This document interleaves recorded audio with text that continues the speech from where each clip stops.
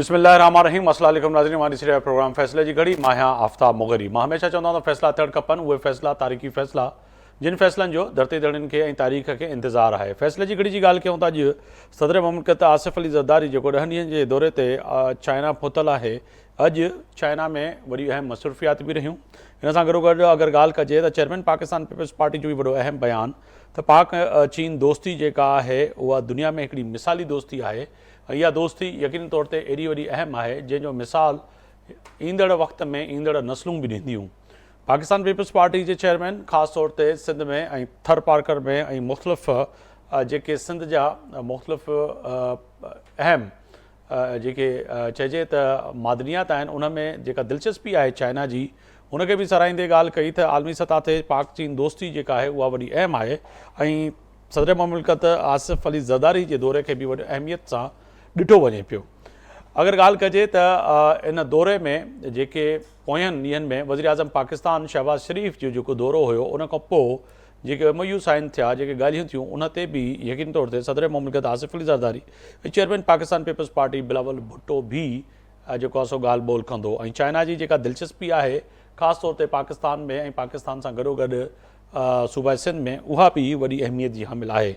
अगरि ॻाल्हि कयूं त पोयंनि ॾींहंनि में क़तर ते थींदड़ उन इसराइल जे हमले खां पोइ पैदा थींदड़ सूरत हाल ते आलमी सतह ते जेको हिन वक़्तु बहस थिए पियो, उहो वॾो अहम आहे। वज़ीर आज़म पाकिस्तान शहबाज़ शरीफ़ बि पहुतल आहे, पर इन सां गॾोगॾु केतिरा ई मुल्क अॼु क़तर सां यकजहती जो इज़हार बि कनि पिया ऐं गॾु बि बीठल आहिनि। अडियाला जेल जे ॿाहिरों अली अमीन गंडापुर ऐं इन सां गॾोगॾु बानी PTI जी भेण अलमिया ख़ान जी बि जेको आहे सो अॼु ॻाल्हि ॿोल थी, जंहिंमें उन्हनि चयो त हिकु ॿिए केस में फासायो पियो वञे ऐं मूंखे मुलाक़ात इन लाइ करणु न ॾिनी वञे जो तय आहे त मुलाक़ात जी न करण जी वजह बि इहा आहे, न कराइण जी वजह इहा बि आहे त उन ते सियासत कई वञे।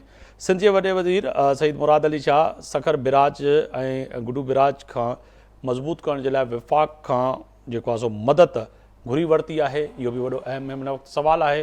पाणी जो वहिकिरो, सिंध में ॿोॾ जो ख़तरो, हिन वक़्तु जेके एक्सपर्ट चवनि पिया अञा ताईं ओड़ी रीत जेको आहे सो न आहे जहिड़ी रीत जेको आहे सो ख़तरो ॿुधायो पियो वञे या चयो पियो वञे त हिकिड़ो ख़तरनाक पोज़ीशन आहे सिंध जे अंदरि, ओड़ी रीत कान नज़र अचे थी। इन ते ॻाल्हि ॿोल कंदासीं। मुंहिंजा मौज़ूस महिमान मूंसां स्टूडियो में मौजूदु आहे। बुलंद ख़ान जूनियर जो साहब आहिनि, तर्जुमान आहिनि सिंध हुकूमत जा, पाकिस्तान पीपल्स पार्टी सां जो तालुक़ु आहे, जी वॾी महिरबानी। हसन हबीब साहब आहिनि, अॻूणा जेको आहे सो सफ़ीर आहिनि, तज़िया निगार आहिनि, जी वॾी महिरबानी। हाजी मुज़फ़र शजरा साहब आहिनि, अॻूणा सूबाई वज़ीर आहिनि, पाकिस्तान मुस्लिम लीग नून जा जेको आहे सो अॻुवान आहिनि, जी वॾी महिरबानी। इन सां गॾोगॾु असां सां सर बुलंद ख़ान साहब आहिनि, अॻूणा MP आहिनि, पाकिस्तान तहरीक इंसाफ़ सां जो तालुक़ु आहे, जी बि वॾी महिरबानी। चइनी महिमाननि खे पंहिंजे प्रोग्राम में भलीकार पियो चवां। सब खां पहिरियां हसन हबीब साहब, मैं आपकी तरफ आऊँगा कि सबसे पहले तो ये तय है कि सदर मुमलिकत आसिफ़ अली ज़रदारी और बिलावल भुट्टो की जो आज की स्टेटमेंट है वो बड़ी अहम है। पाक चीन दोस्ती, बिलावल भुट्टो साहब कह रहे हैं कि एक मिसाली एक दोस्ती है और पाकिस्तान के हर मुश्किल वक्त में चाइना काम आया है। और सदर मुमलिकत का 10 दिन का दौरा समझते हैं कि सफारती लेवल पर बड़ी अहमियत का हामिल इसलिए भी है कि क्योंकि दुनिया में और ख़ास तौर पर हम तो पहले मिसाल देते थे कि 9/11 के बाद, मगर ये जो पाक इंडिया और फ़लस्तीन और ईरान जो वॉर है, उसके बाद इस खित्ते में और पूरी आलमी दुनिया का जो कह सकते हैं कि आलमी मंजरनामा वो चेंज होता हुआ नज़र आ रहा है।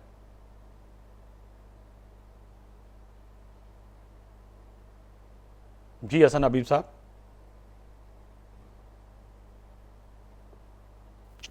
कोशिश करें हसन हबीब साहब की आवाज़ हमारे पास तक पहुँचे। जी जी, सॉरी, वो गड़बड़ हुई थी। I am back. जी जी जनाब, जी हसन हबीब साहब, can you repeat the question? Sir बिल्कुल, मैं दोबारा रिपीट कर लेता हूँ, कोई इशू नहीं है इसमें। सर बड़ा अहम सवाल मैंने उठाया था आपके सामने कि आपका एक सफारती तजुर्बा भी है और आपकी पूरी नज़र है इस खित्ते पे, दुनिया में। सदर मुमलिकत आसिफ़ अली ज़रदारी और बिलावल भुट्टो ने जो बात की है कि पाकिस्तान और चाइना की जो दोस्ती वो एक मिसाली दोस्ती है, मगर तय है कि चाइना हर मुश्किल वक्त में हमारे काम आने वाला। पाकिस्तान और हिंदुस्तान की जो वॉर थी, वॉर के बाद, इसराइल की वॉर के बाद, पहले तो हम मिसाल देते थे 9/11 का, मगर अब जो इस खित्ते में और पूरी दुनिया में जो कह सकते हैं कि आलमी मंजरनामा जो चेंज होने जा रहा है और जा चुका है, उसको कैसे देख रहे हैं कि सदर मुमलिकत का दौरा है चीन? अच्छा, देखिए, जहां तक चीन का और पाकिस्तान का ताल्लुक है, तो हमारी 1963 से जब जुल्फकार अली भुट्टो ने पहला विजिट किया था, उस वक्त से लेके अब तक जो दोस्ती है, उसमें जंगों के दौरान, अमन के दौरान, इंटरनेशनल क्राइसिस हैं जितनी सारी, जिसमें 9/11 भी शामिल है, चाइना से हमारा मिसाली कोऑपरेशन रहा है। बहुत रिसेंटली सीपैक को लेके कुछ लोगों ने पाकिस्तान और चाइना के बीच में शुभात का इजहार बताया है और कहा है कि शायद रिलेशनशिप उतनी वार्म नहीं रह गई। तो भी आपने देखा होगा कि प्राइम मिनिस्टर साहब भी 5 दिन के दौरे पे गए थे, एससीओ समिट भी अटेंड उन्होंने की। उसके बाद ये जो था, जो चाइना की 80 years of ending of 42nd world war attend की। और अब आसिफ अली जरदारी साहब 10 दिन के दौरे पे गए हैं। वो 2-3 मुख्तलिफ शहरों में जाएंगे और पार्टी लीडरशिप से हर लेवल पे बात करेंगे। तो पाकिस्तान और चाइना के दरमियान जो ताल्लुकात हैं, वो मेरे ख्याल में जो उसमें शुबहात थे, वो अब काफी हद तक दूर हो जाएंगे। लेकिन ये जमाना इतना तेजी से चेंज हो रहा है, जैसे मशहूर एक कहावत थी कि कभी सदियों में दिन गुजरते थे, अब दिनों में सदियां गुजर रही हैं। इसको देखते हुए इस बात की बहुत जरूरत है कि फ्रीक्वेंट विजिट्स हो चाइना पाकिस्तान के दरमियान। हम तो जाते ही हैं, चीनियों को भी हमें बुलाना चाहिए। और ये जो खास तौर पे मुशावरात जरूरी हैं कि किस तरह से उभर, ये जो चेंजिंग सिचुएशन में इस रिलेशनशिप को लेके आगे चलें। सीपैक पाकिस्तान के, अब ये देखिए, फेज 2 जो है सबसे क्रूशल था, जिसमें अब पाकिस्तान की इंडस्ट्री और एग्रीकल्चर को जाना था। उस वक्त पैसे शुभात का लोग इजहार कर रहे हैं, और चीनियों को भी इस बात का वो है कि उनकी इंडस्ट्री जो है वो फ्लरिश करेगी अगर पाकिस्तान से उनको रॉ मटेरियल मिले या फिनिश प्रोडक्ट्स मिले।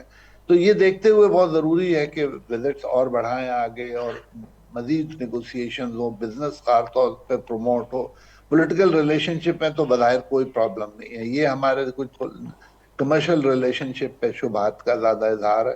तो ये देखते हुए हमें चाइना की दोस्ती पे तो शुबा नहीं, लेकिन इसको हमें मजीद वार्म देनी होगी। बिल्कुल। ये आपने दुरुस्त फरमाया। मैं दूसरे मेहमानों की तरफ भी जाऊंगा। हाजी मुजफ्फर शजरा साहब, आपका भी एक तवील तजुर्बा है, आप साबिक सूबाई वज़ीर भी रहे हैं, और आपका भी अगर सियासी बसीरत कहें तो आपकी बड़ी गहरी नज़र है। सर फरमाइएगा, माइना लाइ सवाल पे कहना जेके ॿिया दोस्त आहिनि उहे बि सम्झी सघनि सिंधी उर्दू में, अगर तव्हां रिस्पॉन्स ठीक है। कयो त तव्हांजी मर्ज़ी आहे। पर हिकिड़े वॾो अहम सवाल ये भी पैदा होता है कि सर सदर ममलकत आसिफ अली जरदारी का दौरा है चीन, और जो बीच में जो आज हसन हबीब साहब भी कह रहे थे कि माजी में किसी वजह से जो है चाइना कहीं ना कहीं हमारा सीपेक का जो मामला था वो रुकता हुआ नज़र आ रहा था, मगर दोबारा जो मौजूदा हुकूमत है उन्होंने आके उसको फिर आगे बढ़ाया है। मगर चीन ने ये नहा सही कि सीपेक, मगर कई ऐसे जो मुख्तलिफ MOUs भी साइन किए हैं, और हमारी जो हालिया जो जंग थी उसमें जो साथ दिया वो एक मिसाली एक साथ था, जिसको तारीख में बड़े अच्छे लफ्ज़ों में याद रखा जाएगा। जी सही, मेहरबानी आपकी। सही, आपको पता होगा कि जब जुल्फकार अली भुट्टो साहब पहली दफा गए चाइना, तो जुल्फकार अली भुट्टो साहब का 1.5 घंटा जहाज लेट हो गया था, और 1.5 घंटा जहाज लेट होने की वजह से मौजी तंग जो था साहब के इंतजार में बैठा रहा। और जब तक जुल्फकार अली भुट्टो साहब वहाँ पहुंचे, उनका छाया निशान इस्तकबाल किया गया। और आपको ये भी पता है कि चीन को इंट्रोड्यूस कराने वाला यूएनओ में पाकिस्तानी है। तो पाकिस्तान के बहुत बड़े एहसानात हैं चीन पे, और चीन के भी बड़े एहसानात हैं पाकिस्तान पे, क्योंकि हमारी दोस्ती सिर्फ ज़बानी नहीं, जमाखत नहीं है, हमारी दिलों की दोस्ती है। हम दिल से हम चाहते हैं चाइना के लोगों को, चाइना के लोग भी दिल से चाहते हैं। मैं भी शिप पे जब गया था चाइना, तो हमें उस वक्त 73-74 में मैं गया था। उस वक्त हमें गले लगाते थे सारे चाइनीज के, आप पाकिस्तान के हैं, पाकिस्तान हमारा भाई है। तो इससे साबित होता है कि हम और चाइना दो जिस्म एक जान है, और एक जान होने की वजह से लोग शरारती करते रहते हैं, लेकिन चीन को भी पता है कि चीन का मौसम कौन है, और पाकिस्तान को भी पता है कि हमारा दोस्त कौन है। इसलिए आपने देखा नहीं, अभी जंग में जो मई में जंग हुई थी, इसमें भी चीन ने किस तरह हमारा साथ दिया, हम उसके शुक्रगुजार हैं। अभी जो कुछ लोग चाहते हैं कि चीन और पाकिस्तान में दरार पड़ जाए, तो इससे बेहतर आसिफ अली जरदारी साहब गए हैं और बिलावल भुट्टो साहब गए हैं वहाँ, और चीन के काफ़ी मुश्किलात का जो एक खदशा था, जो कि एक लोग सोच रहे थे कि हम ऐसे इसमें कामयाब हो जाएंगे चीन और पाकिस्तान में दरार डाल के, तो इन्होंने वो ना इस्तकबाल किया गया है बिलावल भुट्टो साहब का, और बिलावल भुट्टो साहब को यूनिवर्सिटी में तकरीर कराई गई है, बिल्कुल। और वहाँ चाइना में तमाम ज़्यादा इस्तकबाल किया गया था, इसलिए कि हमारा और चीन का जो रिश्ता है वो दो भाई का रिश्ता है, और हम इंशाल्लाह ताला चीन की तरक्की, चीन की हर मुश्किलात में पाकिस्तान उसके साथ खड़ा है, और पाकिस्तान के हर मुश्किलात में चीन हमारा साथ देगा। बिल्कुल सर, साथ ही रहेगा। मैं जो है तर्जुमान सिंध हुकूमत हमारे साथ मौजूद हैं स्टूडियो में, बुलंद खान जूनियर साहब, आपका बहुत शुक्रिया, आपने वक्त निकाला। फरमाइएगा सर, एक तो जो यंगेस्ट हैं, आप भी यंगेस्ट हैं, और अब आहिस्ता आहिस्ता पीपल्स पार्टी में ये तो खुशाइन बात है कि बुज़ुर्गों को कहा कि आप बुजुर्गी करें और आप रहनुमाई करें, और जो है आने वाली जो क़यादत है और सियासत है वो यंगेस्ट को थमाई जाए, और ये अच्छी बात है जो कि हर तरफ अब यंग नज़र आ रहे हैं। तो फरमाइएगा सर, ये जो बिलावल भुट्टो ने आज वहाँ पर यूनिवर्सिटी में भी बात की और बड़ी अहम बात की है, और ख़ास तौर पर पाकिस्तान और चाइना के जो ताल्लुकात हैं वो कह रहे हैं कि इतने कदीमी हैं कि इनकी कोई नज़ीर, कोई मिसाल नहीं मिलती। मगर इसके साथ साथ तय है कि आसिफ अली जरदारी साहब के लिए भी कहा जाता है कि वो मुफाहमत के बादशाह हैं। तो चीन पहुँचने के बाद आसिफ अली जरदारी साहब की जो एक्सपर्टीज़ हैं उससे कुछ जो थोड़ी बहुत दरारें थीं या खटाइयाँ थीं या नाराज़गियाँ थीं वो ख़त्म हो सकेंगी। अस्सलामुअलैकुम मुगेरी साहब, सबसे पहले तो मैं बात कर दूं, आपने एक बात की आपके सवाल में कि बुज़ुर्ग भी हमारे पार्टी के जो हैं और बड़े हैं, हमारे मोहसिन हैं, तो उनसे हमने बहुत सीखा है और अभी भी उनसे ही सीख रहे हैं और इवॉल्व कर रहे हैं पार्टी में। सबसे पहले चाइना और पाकिस्तान की जो दोस्ती है वो, जैसे अभी शजर साहब ने भी कहा और हबीब साहब ने भी कहा कि ये भुट्टो साहब के टाइम से ये एक गठजोड़ हुआ पाक और चाइना का, और उस ज़माने से और अब तक जंग की सूरत हाल हो, अमन की सूरत हाल हो, किसी दुनिया में कहीं कशीदगी हो नहीं हो, उससे कभी भी पाकिस्तान और चाइना की दोस्ती को फ़र्क नहीं पड़ा है। और मुझे अभी भी याद है कि पिछले अपने दौरे में प्रेसिडेंट साहब ने जब पिछली बार प्रेसिडेंट थे तो उन्होंने एक चीज़ बड़ी कही थी कि मशहूर भी हैं पाकिस्तान और चाइना एज आयरन ब्रदर्स, और उसके बाद उन्होंने एक चीज़ कही थी कि our friendship is higher than the Himalayas and deeper than the oceans. तो इस चीज़ का वाकई में कहीं मिसाल मिलता नहीं है, जो भाइयों वाले ताल्लुकात और जो आउट ऑफ द वे जाने वाले ताल्लुकात एक दूसरे के लिए चाइना के और हमारे एक दूसरे के साथ है। बिलावल भुट्टो जरदारी साहब और प्रेसिडेंट आसिफ अली जरदारी साहब उसी नक्शे कदम पे हैं जिस पर हमारे पाकिस्तान पीपल्स पार्टी के फाउंडर शहीद जुल्फ़िकार अली भुट्टो साहब थे।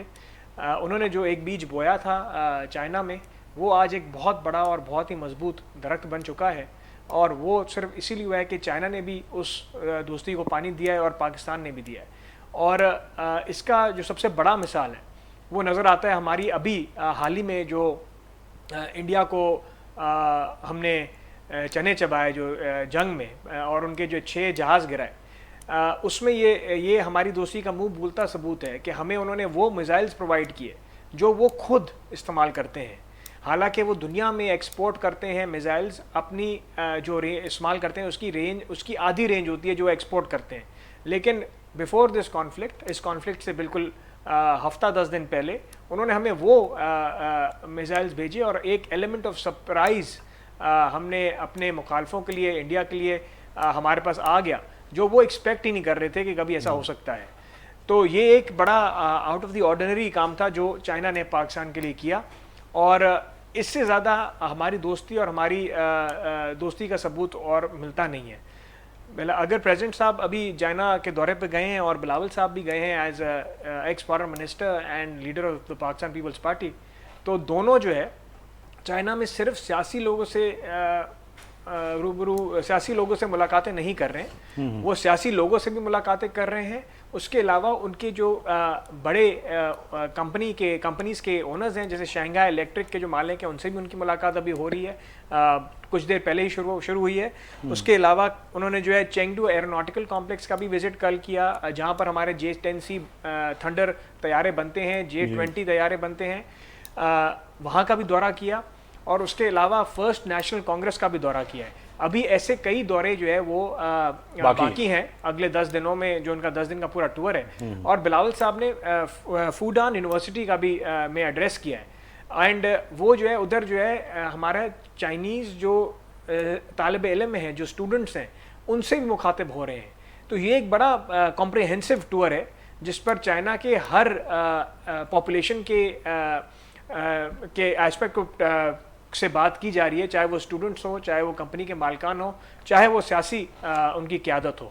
तो मैं समझता हूँ कि इस दौरे के बाद पहले भी हमारी दोस्ती was higher than the Himalayas and deeper than the oceans, और अब मुझे लगता है कि उससे ज़्यादा ऊंची जंग होने वाली है और समुद्रों के भी ज़्यादा गहरी होने वाली है। मैं पाकिस्तान तहरीक इंसाफ के साबिक़ रुकन असेंबली जो है सरबलंद खान भी हमारे साथ मौजूद हैं। बहुत शुक्रिया सरबलंद खान साहब, आप भी फरमाइएगा। सर, एक तो तय है कि पाकिस्तान और चाइना की दोस्ती बड़ी अहमियत की हामिल भी है, और जिस तरह से बात कर रहे हैं सदर ममलकत आसफ अली जरदारी का दौरा चाइना और साबिक़ वज़ीर ख़ारजा और पाकिस्तान पीपल्स पार्टी के चेयरमैन जो है बिलावल भुट्टो जरदारी का दौरा, इख्तलाफात अपनी जगह पे, मगर बींद पाकिस्तान तहरीक इंसाफ के रहनुमा क्या समझते हैं कि सदर ममलकत का जो एक मनसब है और चाइना से जो ताल्लुकात हैं उसमें मज़ीद कुर्बतें होंगी, थोड़े बहुत जो मामलात थे उनको मज़ीद आसफ अली जरदारी साहब जो है अच्छी स्थिति में लेके जाएंगे? जी बिस्मिल्लाहिर्रहमानिर्रहीम, बहुत शुक्रिया आफ्ताब भाई आपका। देखिए जी, चाइना से हमारी दोस्ती अभी से नहीं, कई दिहाइयों से है और बड़ी गहरी दोस्ती है। जैसे मुझसे पहले कुछ मेहमानों ने बड़ी अच्छी उनको सब्सक्राइब किया है सारे मामले को। देखिए, चाइना ने इस वक्त जब भी मुश्किल हालात हुए, चाइना पाकिस्तान के साथ खड़ा है, और पाकिस्तान ने भी बड़ा स्ट्रेटेजिक तौर पे, आपको पता है कि यहाँ पर इस खित्ते में अमेरिका और दीगर ममालिक के बड़े इंटरेस्ट है, लेकिन हमने भी तरजीह हमेशा चाइना को दी, और चाइना इस बात को बड़ी बेहतर तरीके से समझते हैं। तो हमारी जो दोस्ती है वो बड़ी गहरी भी है, मीठी भी है और प्यारी भी है। और अभी हालिया दिनों में जो इंडिया के साथ हमारा एक आया टाकरा, और उस टाकरे में इंडिया ने बड़ा चाइना ने बड़ा जबरदस्त तरीके से हमारा साथ दिया। और इंडिया जैसे एक ऐसे मुल्क को जो तकब्बुर में और बड़ा सरशार था और चूर था तकब्बुर में, और वो ये समझता था कि हमारा कोई मुकाबला नहीं पाकिस्तान से, लेकिन अल्हम्दुलिल्लाह हमारी जो अफवाज है और हमारी एयरफोर्स है, हमारी कौम है, मुकम्मल तरीके से खड़ी रही है। और चाइना ने हमें हेल्प की, और हमने ऐसा मार मारा उनको कि आज तक वो ढूंढ रहे हैं कि ये मार कैसी पड़ी और हम किस तरीके से गिर गए। पूरी दुनिया में आंख उठाने के काबिल नहीं है आज इंडिया, और इंडिया की पोजीशन इतनी खराब हो गई है कि न दाएं दोस्त रहा न बाएं दोस्त रहा। तो ये बहुत बड़ी विक्ट्री है हमारी पाकिस्तान की, और इसमें बहुत बड़ा किरदार है चाइना का। तो हम बड़ी कदर की निगाह से देखते हैं, और चाइना से हमारी जो दोस्ती है बड़ी प्यारी है। आप देखें, चाइना का और पूरी दुनिया में जितने भी हमारे यहाँ जो ताल्लुकात होते हैं वो इंटरेस्ट बेस पे होते हैं। ज़रूर हमें इंटरेस्ट है चाइना के साथ अपनी स्ट्रेटेजिक और अपनी दीगर जो मामलात हैं उनमें से ताउन हम लेते रहते हैं, लेकिन वो भी हमसे इस वक्त जो हमारे यहाँ रेकुटेक है, हमारे यहाँ लिथियम्स वगैरह चीज़ें, मिनरल्स वगैरह निकल रही हैं, वो भी उनकी भी ज़रूरत है, पूरी दुनिया की ज़रूरत है, अमेरिका की भी ज़रूरत है। तो इस वक्त दुनिया की नज़रें पाकिस्तान के ऊपर है, न सिर्फ स्ट्रेटेजिक बल्कि ये जो मादनियात का ज़ख़ीरा अल्लाह पाक ने हमें दिया है इस पर भी। तो हम कदर की निगाह से ज़रूर चाइना को देखते हैं। हमारे लिए फर्स्ट ऑफ ऑल सबसे पहले पाकिस्तान। बुलंद साहब, एक तलख जुमला भी होगा जो कि बड़ा अहम है, क्योंकि आपके दौरे हुकूमत में, पाकिस्तान तहरीक इंसाफ के दौरे हुकूमत में सीपैक के मनसूबों को पक्के ताले लगा दिए थे। वजूहात क्या थी, वजह क्या थी? मेरा तो नहीं ख्याल, ये देखे ना, कहीं इस तरह के हालात पैदा हो जाते हैं कि पैदा हो गए थे या करवा दिए गए थे, या इस पे हमारी तो कोई ऐसी पॉलिसी नहीं थी। आपको याद होगा उस वक्त अमेरिका का भी बड़ा प्रेशर था और वो चाह रहे थे कि हम यूक्रेन के जो जंग है उसमें हम यूक्रेन के साथ दे रूस के खिलाफ जाएं। लेकिन हमने सबसे पहले पाकिस्तान का नारा लगाया और हमारे लिए अपने मफादात अजीम है, हम क्यों किसी की जंग में किसी का अलाकार बने। और उसी की बिना पर खान साहब की हुकूमत हटाई गई, एब्सोल्युटली नोट बोलने पर हमने अड्डे नहीं दिए। तो इमरान खान को तो इस बात की सजा दी गई है और उसकी हुकूमत रिजीम चेंज की गई है। और उसके आज भी एक मैंने आर्टिकल पढ़ा बीबीसी की न्यूज में, एक आया था डॉक्यूमेंट्री, उन्होंने भी उसमें भी एक अखबार है बड़े उसके बरतानिया के, अमेरिका के बड़े जो अखबार है उनमें लिखा हुआ है कि अमेरिका ने रिजीम चेंज किया चूंकि इमरान खान साहब डट गए थे कि मैं ये जो यूक्रेन की जंग है उसमें हम किसी का साथ नहीं देंगे, बल्कि मगर हम मगर तो जब मगर जो इंडिया कह जो रहा है जो रूस से बहसीत जर्नलिस्ट है, रूस से मैं इसमें हसन हबीब साहब का पॉइंट ऑफ व्यू शामिल करना चाहूँगा। बहसीत जी जर्नलिस्ट जी जो बिल्कुल जरूर जो जरूर हमने जरूर हमने जो सहाफ़ती इन जो क्योंकि अभी भी तो सीखने के अमल में है, मगर जो हमने देखा आपकी हुकूमत में कि आपने जिस तरह से चाइना को दीवार से लगाया, मैं समझता हूँ कि पाकिस्तान की तारीख में कोई ऐसी नज़ीर नहीं मिलती।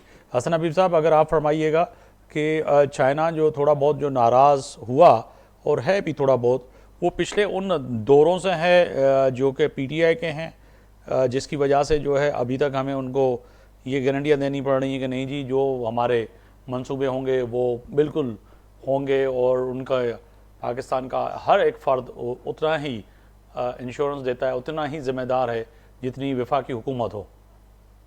देखिए, किसी हद तक आपका स्टेटमेंट सही है कि हमारे जो प्रीवियस परफॉर्मेंस है वो इतनी खराब है कि हमने अभी तक वो जो सेकंड फेज की प्लान नहीं किया था। जी सेकंड फेज में हमें इंडस्ट्रियल क्लस्टर्स बनाने थे, जोन्स डेवलप करने थे, एग्रीकल्चर में करना था और एजुकेशन और दूसरे सेक्टर्स में जाना था।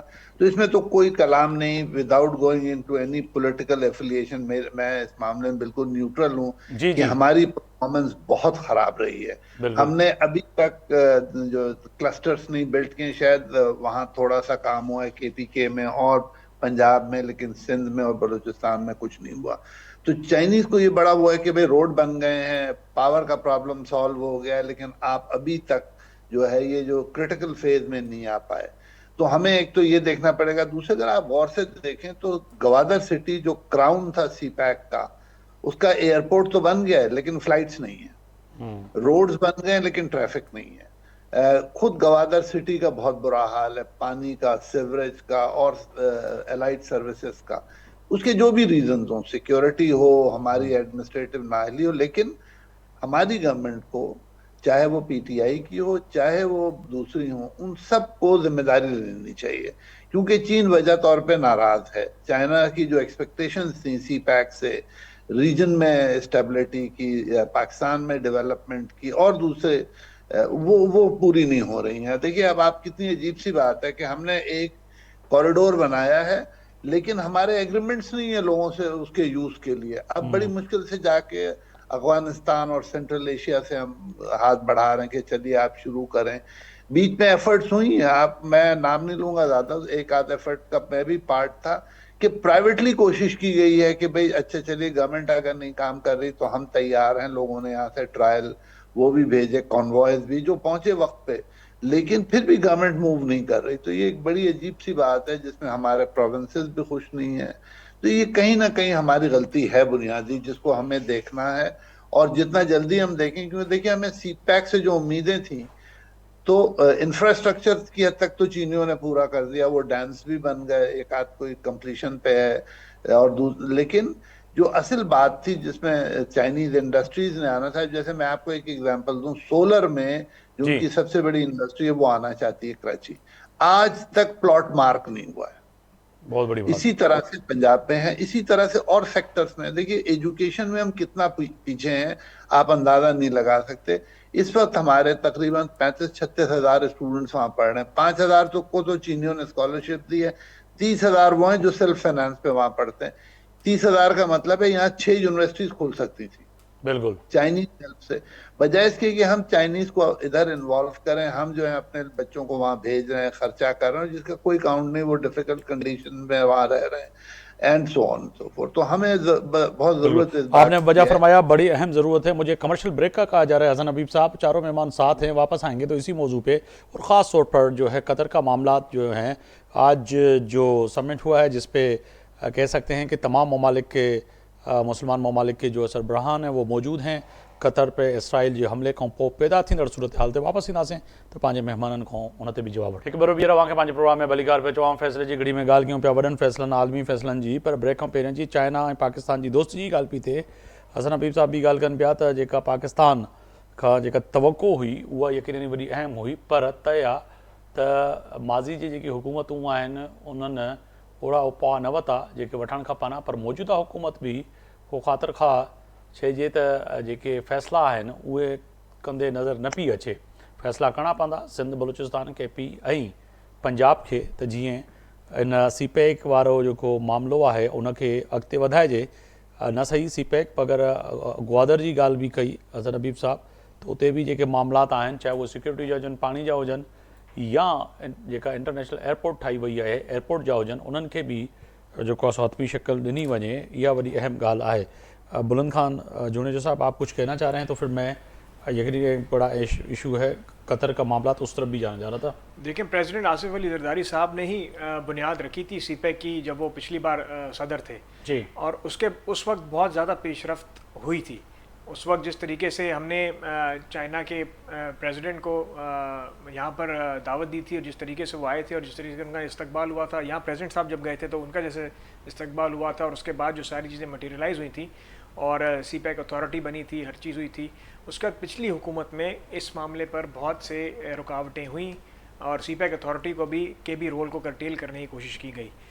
अभी जो ये दौरा है, ये दौरा उसी जो हमने बुनियाद सेट की थी उसी को बैक ऑन ट्रैक लाने के लिए बहुत अहम है और मुझे पूरा यकीन है कि प्रेसिडेंट साहब इस दौरे पर वो जो जैसे आपने बात की कि नेगोशिएशन के वो बहुत माहिर हैं और इंशाल्लाह ये मामला बैक ऑन ट्रैक आ जाएगा। बिल्कुल अच्छी बात है कि होना भी चाहिए। हसन हबीब साहब, दूसरा बड़ा अहम सवाल पैदा होता है कि आज जो है कतर में तमाम ममालिक सर जोड़ के बैठे हुए हैं। मैंने पहले दिन भी जब ये मामला हुआ उसके बाद वज़ीर आज़म साहब पहुँचे तो मैंने जिक्र किया था, यकीनन आपके तो सामने हैं तमाम चीज़ें उसका, कि शहीद जुल्फ़िकार अली भुट्टो ने एक और भी इनिशिएट लिया था कि तमाम लोगों को जो है पाकिस्तान में इकट्ठे किया, OIC का क़याम, उसके साथ साथ एक इस्लामी वर्ल्ड बैंक का क़याम का भी उन्होंने एक जिक्र किया था कि होना चाहिए।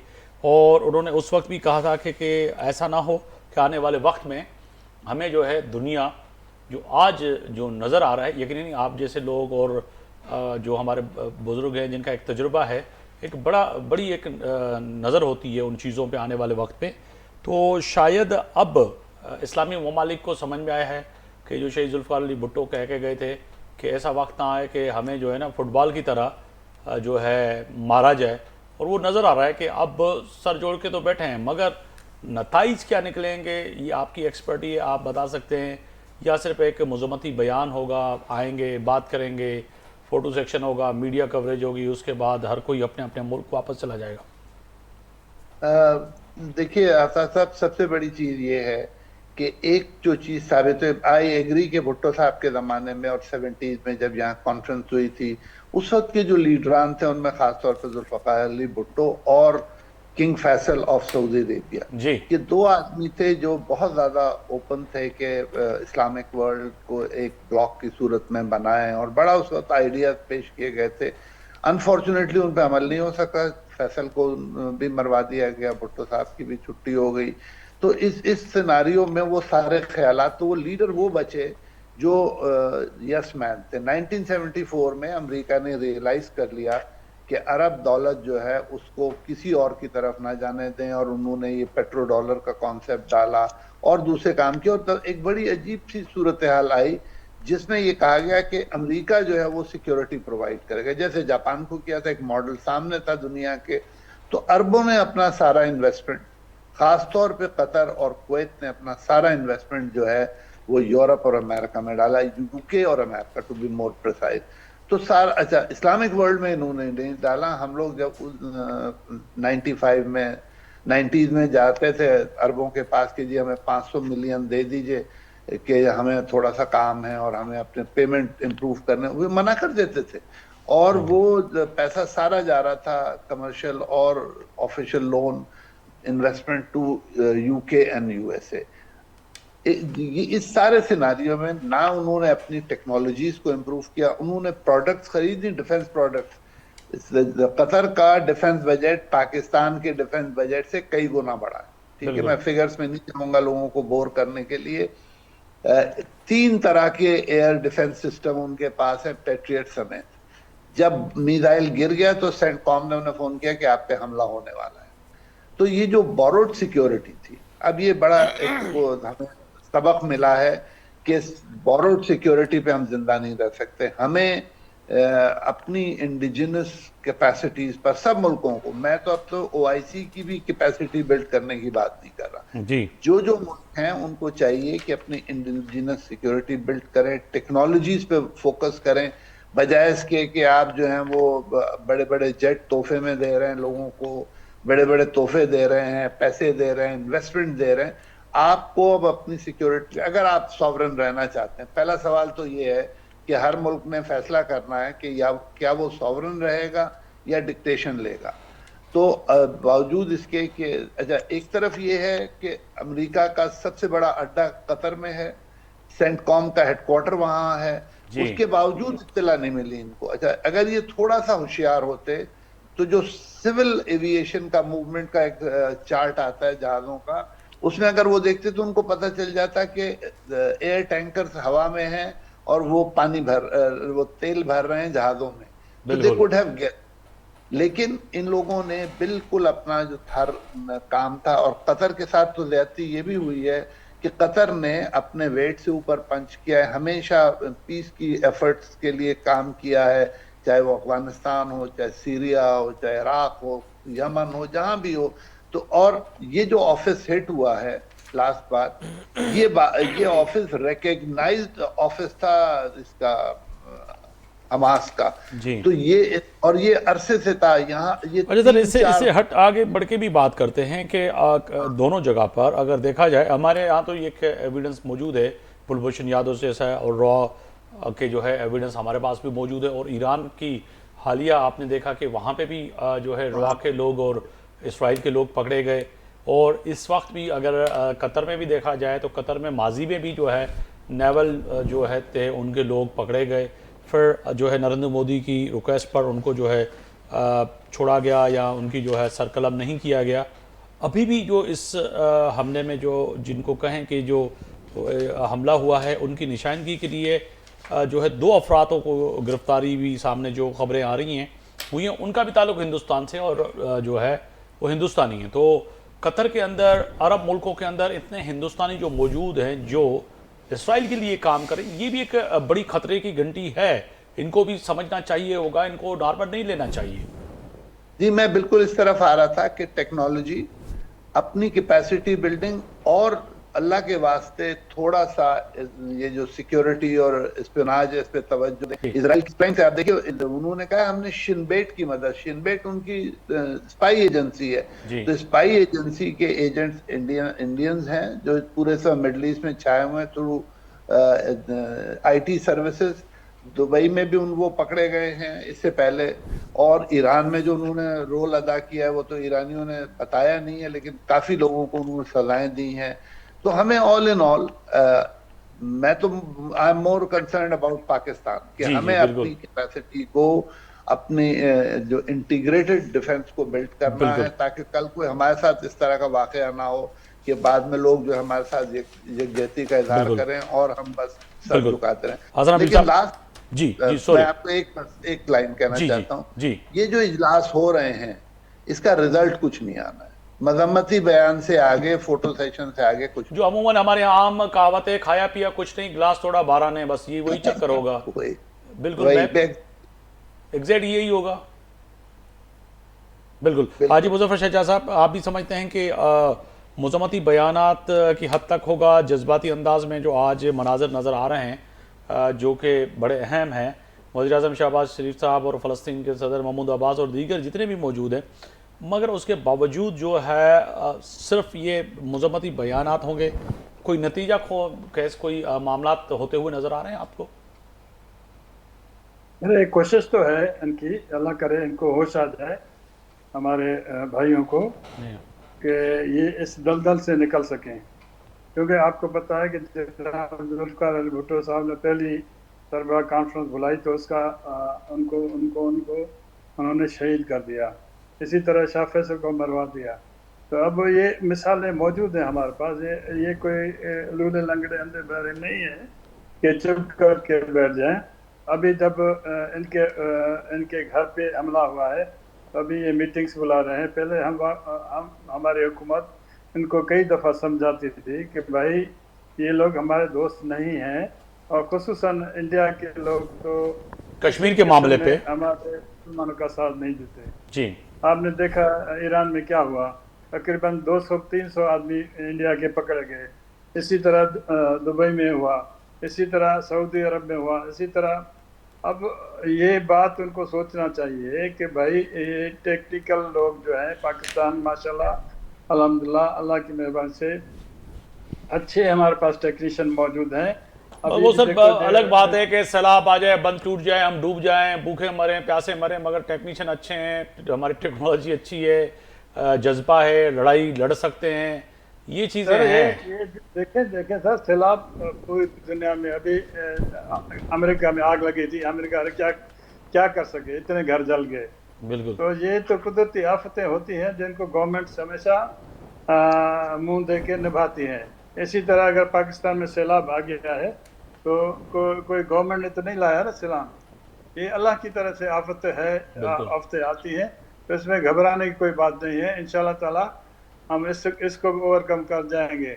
लेकिन जहाँ तक अरबों का सवाल है, तो अरबों में जितने भी आप देखें प्रोजेक्ट हैं उनमें उन्होंने अमेरिकियों को या यूरोपियों को बंदों को रखा है। पाकिस्तानियों के सर क्या सवाल पैदा होता है, क्या मुसलमान मुल्क जो है इसराइल को लगाम डाल सकेंगे? सवाल ये पैदा होता है सर, अगर चाहें तो 60 मुल्क हैं जी। अगर एक जूता भी मारे तो इसराइल तबाह हो जाएगा। ये कोई बड़ी बात नहीं है। अगर हम एक साथ हो जाएं, पहले तो एक साथ होना बड़ा मुश्किल है, अगर एक साथ हो गए तो फिर इंशाल्लाह ताला। सर एक साथ तो हैं, अभी तो एक साथ तो बैठे हुए हैं, चाय और फोटो सेक्शन और जो फुटेजेस आ रहे हैं, जो वीडियोस आ रहे हैं, वो एक साथ तो बैठे हुए हैं। वो तो कोई बहरीन और दोहा और कतर और अबू धाबी, पाकिस्तान, इस्लामाबाद और कहीं तो नहीं बैठे हुए, रियाज, जिद्दा में, सब एक जगह भी बैठे हुए हैं। मगर एक साथ होने का मकसद क्या है, आप समझाएं कि किस तरह से एक साथ हों?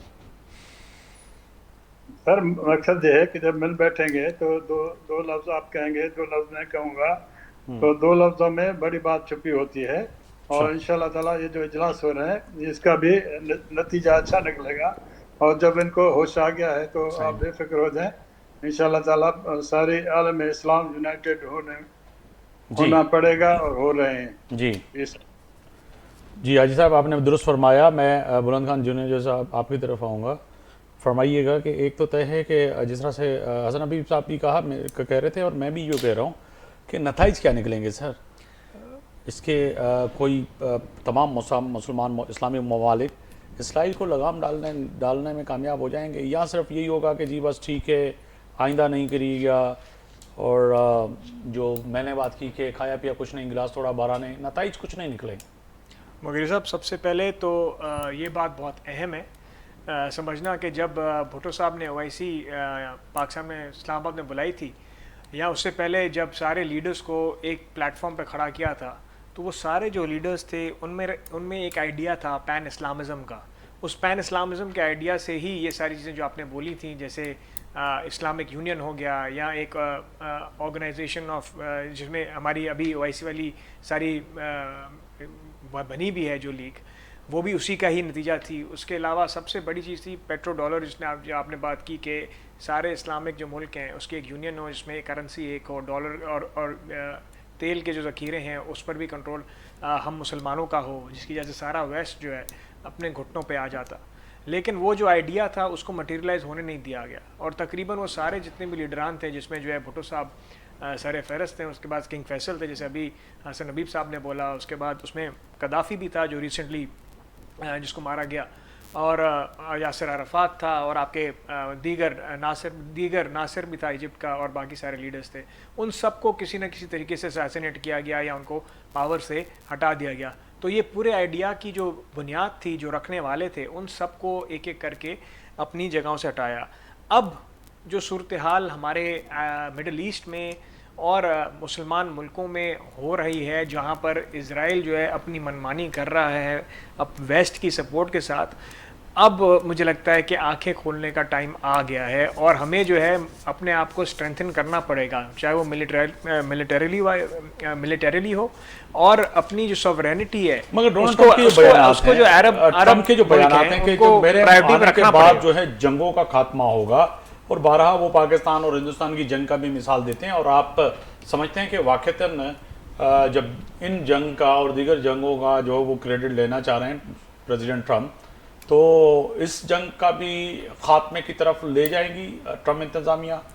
देखिए, सब मेरा अपना ओपिनियन ये है कि सब जंगें एक तरफ, लेकिन इज़राइल के जो ये अटैक्स हैं सिर्फ फ़लस्तीन पे नहीं पर बाकी मिडल ईस्टर्न ममालकों पे भी, वो मुझे नहीं लगता कि ट्रंप के भी हाथ में है, क्योंकि क्लियरली वो मामला जो है बहुत टाइम से हल करने की बकौल उसके कि वो कोशिश कर रहा है पर हल कर नहीं पा रहा है। इज़राइल जो है बहुत हद तक जो है उसकी यूएस में लॉबी, वेस्ट में लॉबी बहुत स्ट्रांग है। और खैर ये पहली बार हुआ है कि यूएन सिक्योरिटी काउंसिल में फ्रांस ने, इंग्लैंड ने और यूएस ने इज़राइल के इस अटैक को कंडेम भी किया है, और उसके खिलाफ जो है वोट भी दिया है कि ये नहीं होना चाहिए, और इसके खिलाफ जो है पर उसका लाहे अमल कुछ होना चाहिए। इज़राइल पर सैंक्शंस लगने चाहिए वेस्ट को। सर बुलंद खान साहब, आपकी तरफ आऊँगा। आप पाकिस्तान तरीके इंसाफ समझती है कि ये जो OIC और उसके साथ अरब ममालिक और दुनिया के मुसलमान ममालिक जो सर जोड़ के बैठे हैं, कोई नताइज को फैसले निकलेंगे, या आप समझते हैं कि जो है जो इसराइल चाहेगा वही होगा, और ये ममालिक बैठ तो जाते हैं मगर बैकडोर जो है ताल्लुकात जो है उनके वेस्ट से भी वैसे ही हैं, उनके लिए दरवाजे बड़े खुशाइन दिल से खोल लेते हैं सब लोग जितने भी आज बैठे हुए हैं। मैं किसी एक का नाम लेने से कासिर हूँ, क्योंकि सब लोग उनको वेलकम भी करते हैं, और इसको आसान उर्दू में कहें पप्पियाँ झप्पियाँ भी देते हैं, और फिर आज मजम्मत भी कर रहे हैं। देखिए जी, मुझे बहुत अच्छा लगा कि आज तमाम पार्टी के लोगों ने बशमूल हमारे तज़कियाकार सीनियर जो है बड़ी अच्छी बातें की। आपने भी बड़ी अच्छी बात की है। दो चीज़ें इस सारी गुफ्तगू में सामने आई है। जुल्फ़िकार अली भुट्टो साहब को हमने काफ़ी याद किया कि उन्होंने OIC बनाई, उन्होंने इस्लामिक बैंक की बात की, और उन्होंने शहीद किया गया शेख जो हमारे किंग शेख थे, वो उनको भी, फैसल को भी शहीद किया गया, दीगर जो लीडरान थे। खान साहब ने सेम कहानी की थी कि खान साहब ने एब्सोल्युटली नोट कहा और गुलामी से इनकार किया, जो कि जुल्फ़िकार अली भुट्टो ने किया था। आज भी हम उस जो अदालत के माथे पर एक कलंक है, आज भी असम्बलीज के अंदर हम जो है वो करारदादें पास करते हैं और सुप्रीम कोर्ट से उस बेगुनाही का सर्टिफिकेट मांग रहे होते हैं, लेकिन आज सेम पोजीशन है। तमाम जितने भी मुस्लिम ममालिक है, ज़रूरी है कि जो हमारे साथी ने, पैनल के दोस्त ने बात की है कि हमारे पास इंटेलिजेंस जो सलाहियत है उसको बढ़ाने की ज़रूरत है। मैं बिल्कुल एग्री करता हूँ, लेकिन साथ साथ एक मजबूत लीडरशिप की भी ज़रूरत है जो इन सबको इकट्ठा करे, और ये जो बातिल कुव्वतें हैं इसराइल की शक्ल में, मजबूत लीडर से मतलब क्या है? इमरान खान साहब की सूरत में, अच्छा, इमरान खान जिस तरीके से उन्होंने खान साहब ने OIC अक़वाम मुत्तहिदा में इस्लाम का और पूरी आलम इस्लाम का केस लड़ा, इसकी मिसाल तो दुनिया में कहीं भी नहीं मिलती। यानी कि आप समझते हैं कि बानी PTI को ये जो मामलात हैं इसराइल की जंग के जो है पस मंज़र में, उनको तमाम केसेस ख़त्म करके रिहा करवा के और उनको आलमी सतह पर भेजना चाहिए कि सारे केसेस, आपको पता है सारे केसेस। नहीं, मैं वही कह रहा हूँ, आपकी बात से जो मैं नतीजा निकला कि बानी PTI ही हैं जो आलमी सतह पर एक उनका चेहरा है जो इस तमाम ममालिक और फ़लस्तीन को जो है इस मुश्किल घड़ी से निकाल सकते हैं। यही कहना चाह रहे हैं? बिल्कुल। हसन हबीब साहब, मैं वाइंड अप की तरफ जा रहा हूँ सर, बिल्कुल आखिरी आपका वाइंड अप की तरफ कोई कमेंट सर, क्योंकि बात देखिए, मैं आपके वो जो सवाल था ना कि क्या कोई मुस्लिम मुल्क कंट्रोल कर सकता है? जी जी तो मेरा जवाब है नहीं। शायद हम लोग कंबाइन होके भी नहीं कर सकते, बट अगर हम इसको वेकअप कॉल समझें और बिल्कुल। अभी से तैयारी करें अपनी मिलिट्री, सिविल, टेक्नोलॉजी, माली उस पे। अब आप देखें ये दोनों मुल्क हैं रईस तरीन इस रीजन के, कुवैत और कतर, जी का उनका इन्वेस्टमेंट यूके और यूएसए में है। पाकिस्तान में कितना है, मुस्लिम मुल्कों में कितना है? कुछ भी नहीं इंडिया सर। को वो 100 मिलियन दे रहे हैं, हमें 500 मिलियन देते वक्त वो 50 शर्तें लगाते हैं, पोर्ट मांग रहे हैं, बिल्कुल। एयरपोर्ट मांग रहे हैं। ठीक है। तो हमें आज़म नबी साहब, वक्त की कमी की वजह से मैं माजरत खाऊँ हूँ आपसे। साबिक सफ़ीर, आपने वक्त निकाला मेरे प्रोग्राम के लिए, बहुत शुक्रिया।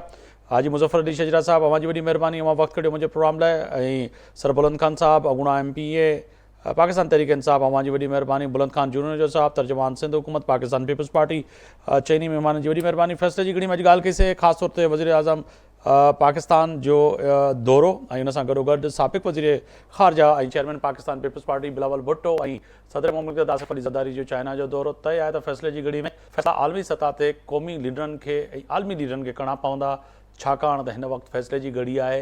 हिकु तरफ़ इसराइल फ़लस्तीन में जेका जहिड़ी रीति बमबारी करे पियो, मारे पियो, ॿिए तरफ़ हिंदुस्तान यकीनन अहिड़ो दुश्मन जंहिंजे लाइ पाकिस्तान खे बि भरपूर तैयारी कई भी आहे, करणी बि पवंदी। ऐं चाइना जेको तमामु सुठो दोस्त आहे, उन सां वधीक तालुकात खे बहितर बणाइणो पवंदो। सुभाणे ताईं आफ्ताब मोगरी खे इजाज़त ॾींदा। अल्लाह हाफ़िज़।